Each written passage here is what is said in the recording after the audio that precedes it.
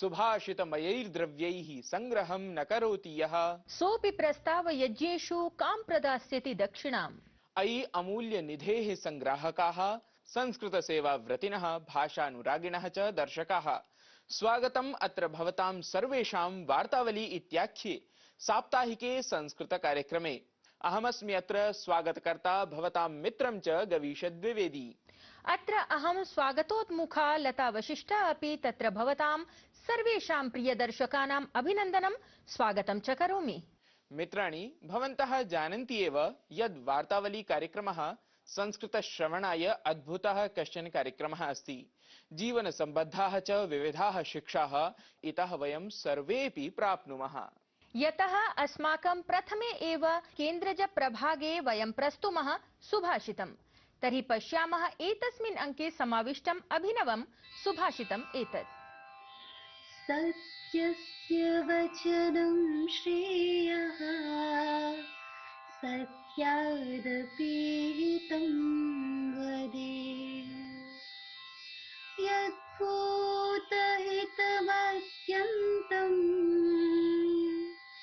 एतत् सत्यं मतं मम एतत् सत्यं मतं मम। यद्यपि सत्य वचन बोलना श्रेयस्कर है, परंतु ऐसा सत्य बोलना चाहिए जो सभी के लिए लाभदायक हो।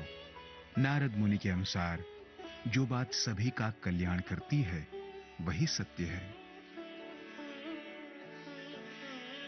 Truthfulness is commendable. However, it is equally important to speak the truth which is advantageous to all.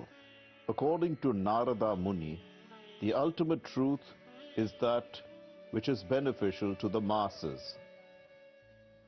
सुभाषितस्य अनन्तरं केन्द्रज प्रभागे एव अत्र प्रस्तूयते अस्माभिः वार्तायुतः कश्चन प्रस्तुतिक्रमः। एषः अस्ति प्रवाहि वार्ताः इति नामधेयः, यत्र वयम् आसप्ताहं देशविदेशेषु घटिताः विविधाः वार्ताः संकलय्य परिमार्ज्य प्रवाहस्वरेण प्रस्तुमः। राजस्थानस्य यात्रायां गता राष्ट्रपति पदासीना द्रौपदी मुर्मुः पोखरणस्थले सैन्यबलक्षमताभ्यासम् अवलोकितवती। तत्रैव राष्ट्रपतिवर्या जैसलमेर नगरे लखपति दीदी इत्याख्ये सम्मेलने अपि भागं गृहीतवती। इतः पूर्वं पश्चिमबंगाल तेलंगाना राज्ययोः यात्रायै गता राष्ट्रपतिवर्या अनेकेषु कार्यक्रमेषु भागं गृहीतवती। लोकसभाया कार्यचरणम् अनिश्चितकालाय स्थगितं जातम्। दिसम्बर मासस्य 4 दिनाङ्के समारब्धे शीतकालिकसत्रावधौ 14 समाचरितानि, येषु भारतीय न्यायसंहिता दूरसञ्चारविधेयकं समेत्य 18 विधेयकानि अभ्युपगतानि। श्रीलङ्कायां संस्कृतिविषयकं प्रथमम् अन्ताराष्ट्रियं सम्मेलनम् अनतिचिरम् एव आयोजितं गतम्। एतत् सम्मेलनं भिक्षु विश्वविद्यालयस्य भाषा सांस्कृतिकाध्ययन विभागेन अथ कोलम्बो स्थितस्य स्वामी विवेकानन्द सांस्कृतिक केन्द्रस्य सहयोगेन समाचरितम्। अवधातव्यं यत् अत्र सम्मेलने भारत जर्मनी देशयोः अपि शताधिकैः प्रतिनिधिभिः स्वीय शोधपत्राणि प्रस्तुतानि। राष्ट्रीय राजधान्यां नवदिल्ल्यां केन्द्र प्रशासनेन वायु प्रदूषण नियन्त्रण योजनान्तर्गतं ग्रेप इति त्वरित कार्याचरण योजनायाः तृतीय स्तरः स्थापितः अस्ति। एतदनु दिल्ल्यां तन्निकटवर्तिषु क्षेत्रेषु अपि BS3 पेट्रोल BS4 डीजल इति ईन्धनयुतेषु वाहनेषु प्रतिबन्धः अस्ति। सूचनानुसारं दिल्ल्याः वायुगुणवत्ता सूचकाङ्कः शुक्रवासरे प्रातः कालादेव अनारतं वर्धमानः अस्ति। देशे प्रवर्धमाने कोविड संक्रमण प्रकरणे स्वास्थ्य मंत्रालयेन कथितं यत् महामारीतः रक्षणार्थं चिन्तापेक्षया सतर्कताचरणस्य आवश्यकता अस्ति। सम्प्रति यात्रासु न कथमपि प्रतिबन्धः प्रवर्तयिष्यते, मुखावरणप्रयोगः अपि नास्ति अनिवार्यः। अत्रान्तरे स्वास्थ्य मंत्रालय पक्षतः कोविड सूच्यौषधपरः न कथमपि परामर्शः साम्प्रतं यावत् प्रकाशितं गतः। गाजावासिभ्यः इतोपि सहायतां प्रदातुं संयुक्तराष्ट्रेण बलं प्रदत्तं। तत्रैव इस्राएल देशेनापि गाजा क्षेत्राय सहायताभियानवृद्धेः प्रदत्तः संकेतः। इस्राएल देशस्य राजदूतः गिलाद एर्दान इत्येषः उक्तवान् यत् संयुक्तराष्ट्रं बन्धकान् समस्याम् आलक्ष्य ध्यानं दद्यात्। जनवरी मासस्य 19 दिनाङ्कात् 31 दिनाङ्कं यावत् खेलो इंडिया इति क्रीडा योजनाय सम्बद्धानि वस्त्रगीत शुभङ्करादीनि प्रकाशितं गतानि। क्रीडानां षष्ठं संस्करणं चेन्नईनगरे आयोजयिष्यते। एतासु प्रतियोगितासु 5,000 क्रीडकाः भागं गृहीष्यन्ति। भारतीय क्रिकेट दलेन दक्षिणाफ्रीका देशे कृतम् उत्कृष्टं प्रदर्शनं तिसृणां स्पर्धानां शृङ्खलां 2-1 इत्यङ्कैः विजितवत् भारतम्। तावत् सञ्जू सैमसन् इत्यनेन एकदिवसीय क्रीडायाम् अर्जितं स्वीयं प्रथमं शतकम्। अधुना प्रवाहि वार्तानाम् अनन्तरं क्रमः अस्ति वृत्तप्रस्तुतेः। अद्य च एतस्मिन् अङ्के वृत्तमस्ति किञ्चन विशिष्टम्। अधुना तु मार्गशीर्षमासः प्रवर्तमानः अस्ति। अस्माकं च दर्शकाः जानन्ति एव यत् एतस्य एव मासस्य शुक्लपक्षस्य एकादश्यां तिथौ गीतामहोत्सवः आयोज्यते। आम्, एतद् आधारितम् एव वृत्तमस्ति अद्यतने अङ्के। अतः अविलम्बं पश्यामः गीतामहोत्सवाधारितम् एतं वृत्तविशेषम्।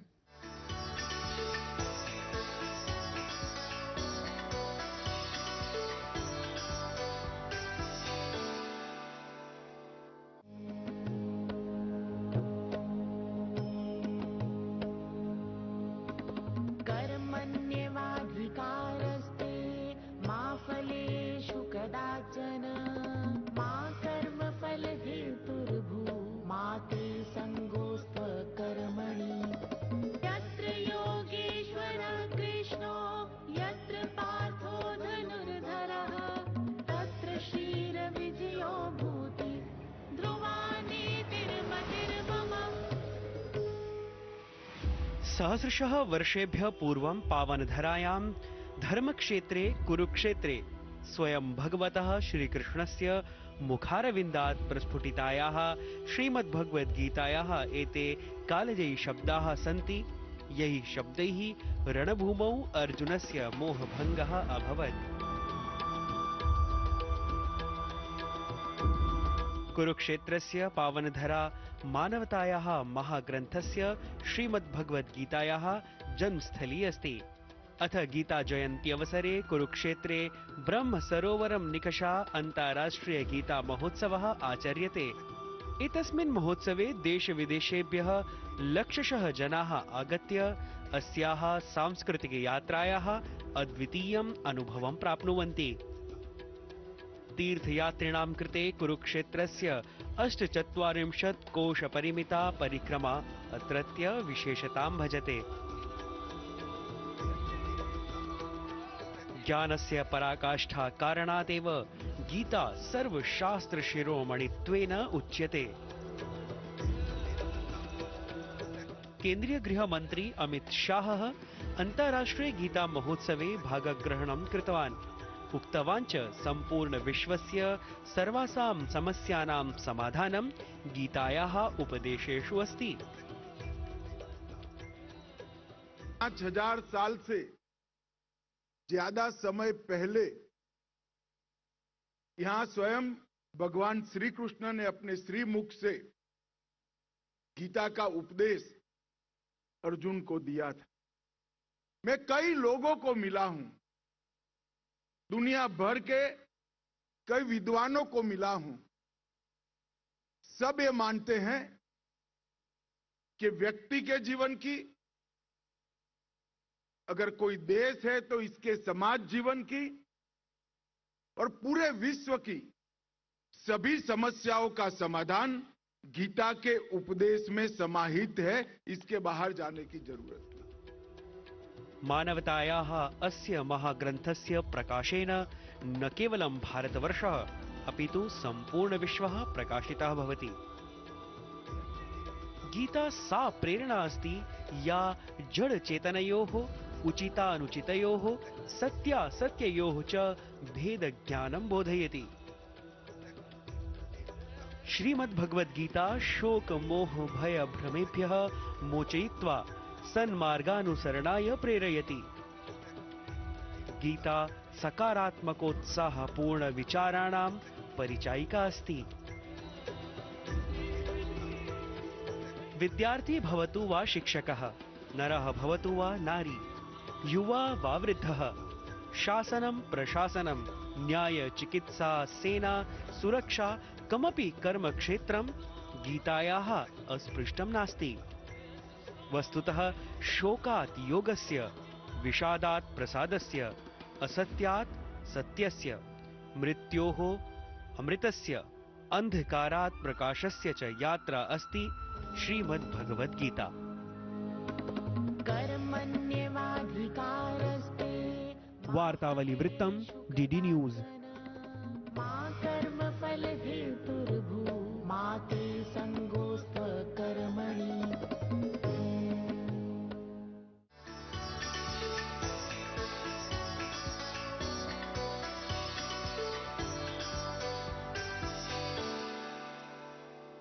श्रीमद् भगवद गीता सनातन परंपरायाः तादृशः ग्रन्थ विशेषः अस्ति यः सर्वमानवान् बोधयति। जीवने स्यात् कीदृशमपि कष्टं काचित् समस्या वा सर्वसमाधानानि एतस्मिन् ग्रन्थे भगवता सन्निविष्टानि सन्ति। सत्यमेव।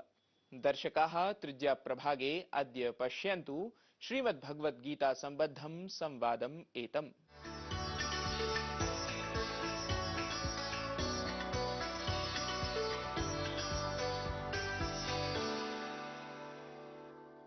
नमस्कारः। वार्तावल्याः तृतीय प्रभागे अद्य अस्माभिः सह संवादाय उपस्थितः अस्ति कश्चन साधकः, भक्तियोगी अथ च इस्कॉन इत्यस्यां संस्थायां प्रचार समन्वयकः युधिष्ठिर गोविन्ददासवर्यः। महोदय, सर्वप्रथमं तु वार्तावल्यां भवतां हार्दिकं स्वागतं। नमो नमः। हरे कृष्ण। सर्वप्रथमं वयं ज्ञातुमिच्छामः यत् विशेषरूपेण भगवद्गीतां प्रति भवदीया रुचिः कदा कथं च उत्पन्ना, कदा प्रभृति च भवान् एतस्याम् इस्कॉन इत्यस्यां संस्थायां दायित्वं निभालयति। सर्वप्रथम मैं आपका बहुत बहुत आभारी हूँ। आप इस माध्यम से हमें युवाओं और पूरे विश्व को पहुँचने का एक साधन दिए हैं।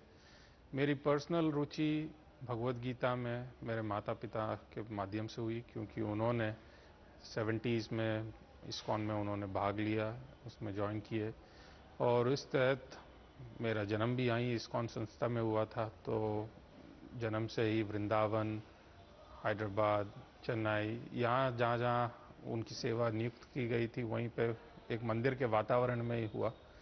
तो उस वजह से बचपन से ही भगवद गीता, भगवान कृष्ण का कीर्तन, भगवान कृष्ण का संदेश का मिलने का अवसर प्राप्त हुआ, तो उस माध्यम से हुआ। और उसके पश्चात जब मेरे गुरु परम पूज्य श्री जयप्रताप स्वामी महाराज जी से मैं शिक्षा लेना शुरू किया, तो गीता के बारे में और एक अच्छे रूप में समझने का प्रयास किया।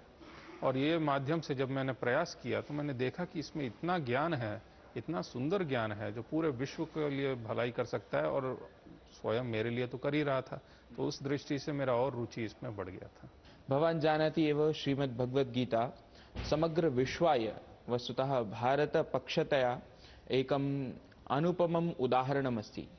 तादृशः एषः ग्रन्थः अस्ति यस्य प्रशंसनं नेता भवतु, अभिनेता वा, वैज्ञानिकः भवतु अथवा यः कोऽपि विशेषजनः, सर्वे अपि एतस्य ग्रन्थस्य प्रशंसनं कुर्वन्ति।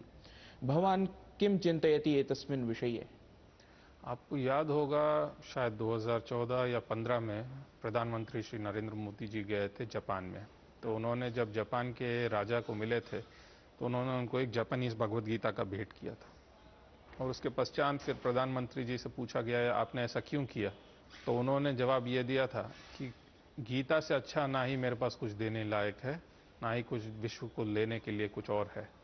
और ये वास्तविकता है, क्योंकि भगवद गीता एक ऐसा ग्रंथ है, क्योंकि आप देखिए आज कुछ नॉवल है, कुछ बुक्स है, वो कुछ समय के लिए काम करते हैं, कुछ समय के लिए वो नहीं, बट गीता एक ऐसा है जो उसके ऊपर समय की कोई पाबंदी नहीं है।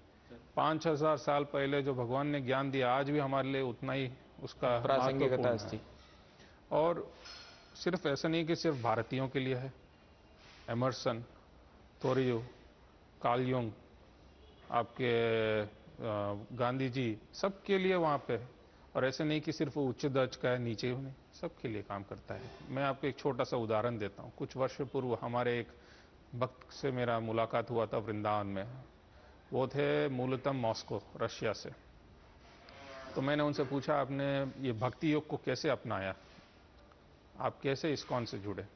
तो उन्होंने बताया कि वो मॉस्को में उनका एक बिजनेस था, बिजनेस घाटे में चले गया। तो फिर उनकी जो पार्टनर थे, गर्लफ्रेंड थे, उन्होंने उनको त्याग दिया और वो ये कर्जे में थे, तो इतने डिप्रेशन में उन्होंने डिसाइड किया सुसाइड करूंगा। पर सुसाइड करने के पहले उनके अंदर हिम्मत नहीं जुट रहा था, तो वो गए बगल के शराब का जो दुकान था वहाँ से शराब खरीदा, तो वो एक पार्क में एक बेंच में बैठ के पीने लगे। वहीं पे बगल में देखा कि एक भगवत गीता था, किसी ने छोड़ गए थे, तो उनको उसे एक दिलचस्पी आई कि चलो पढ़ते हैं क्या है इसमें, और पढ़ना शुरू किया। एक पहला स्कंद, दूसरा स्कंद, तीसरा स्कंद, फिर जब तीसरा स्कंद खत्म किया उनके अंदर सुसाइड करने की इच्छा ही चली गई। क्या किया उन्होंने, फिर जाके सीधा इस्कॉन मंदिर में अपने आप को जोड़ लिया। तो ये एक छोटा सा उदाहरण है कैसे भगवत गीता जो है यूनिवर्सल है, सबके लिए कार्य करता है। भगवद्गीतायां कः श्लोकः अस्ति तादृशः नाम यं श्लोकं भवान् सर्वाधिकं प्रीणाति?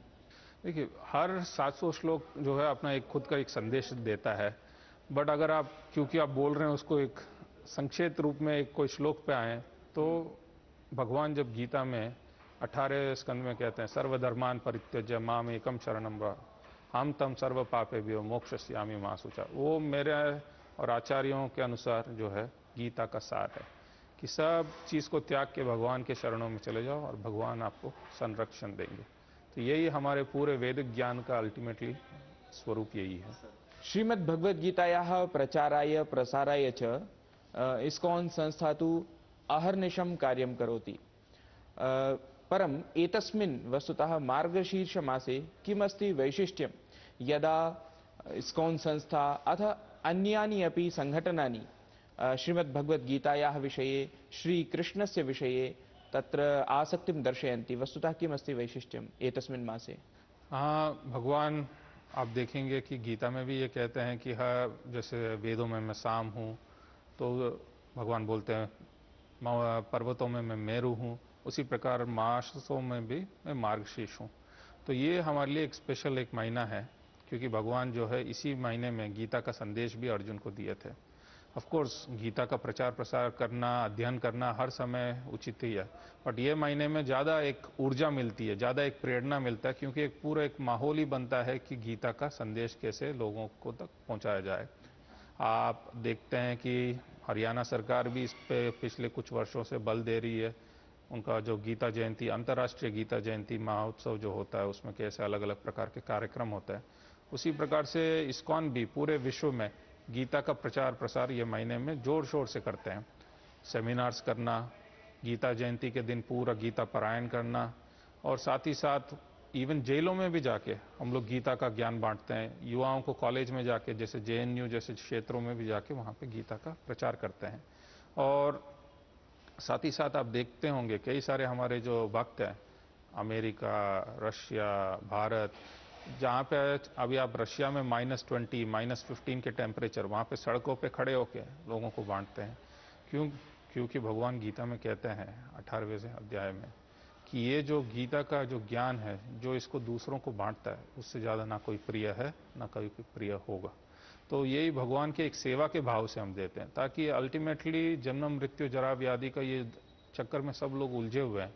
तो अगर हम लोग किसी को भला करना चाहते हैं तो आप एक बार उनको खाना दे देंगे, बट क्या आप उनको अगर एक शिक्षा देंगे और उस माध्यम से हर दिन वो अपना रोटी कपड़ा मकान कर सकते हैं, तो वो बेटर होगा।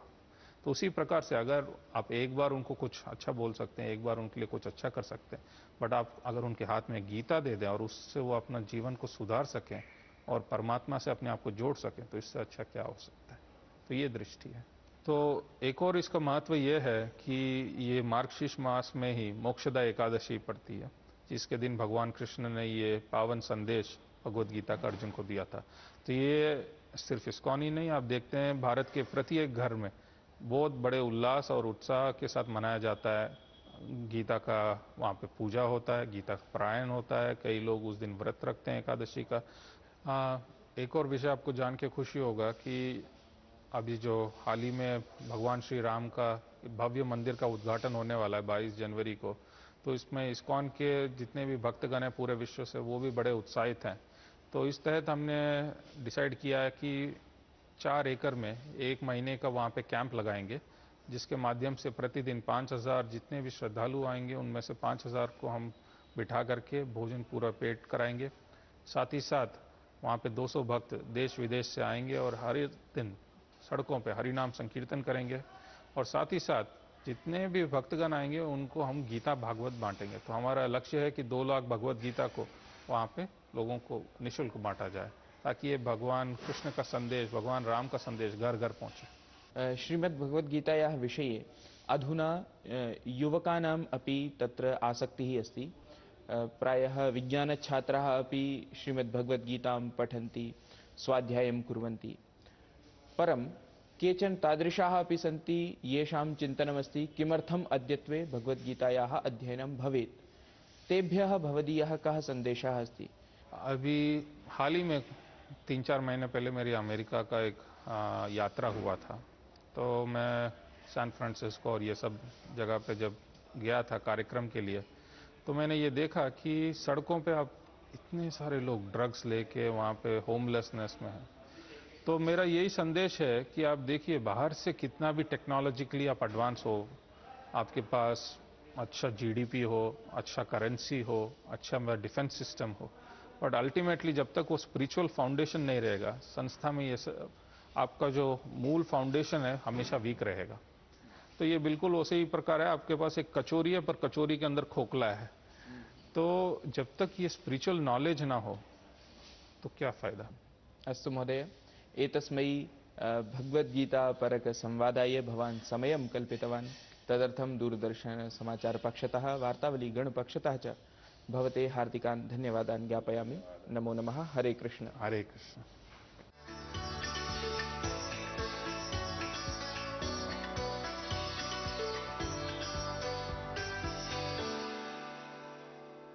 शोभनः अयं संवादः। अतः परम् अग्रे सरन्तः कार्यक्रमे प्रस्तुमः संगीतयुतां काञ्चन प्रस्तुतिम्।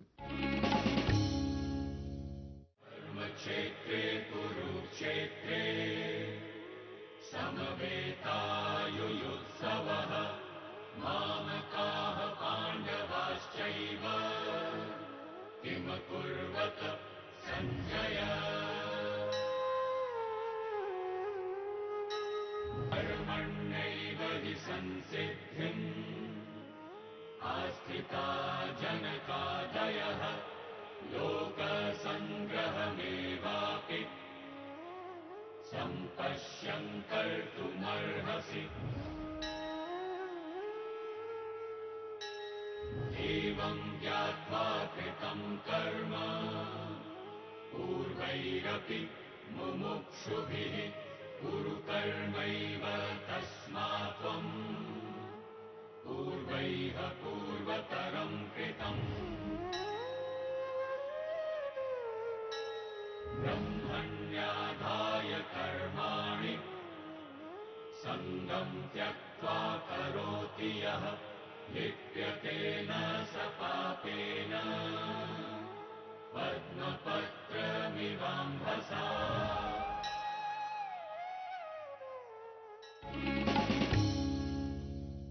संगीत निर्झरी क्रमः एषः सर्वेषाम् आनन्दाय भवति इति प्रतिस्पन्दान् वयं प्राप्नुमः।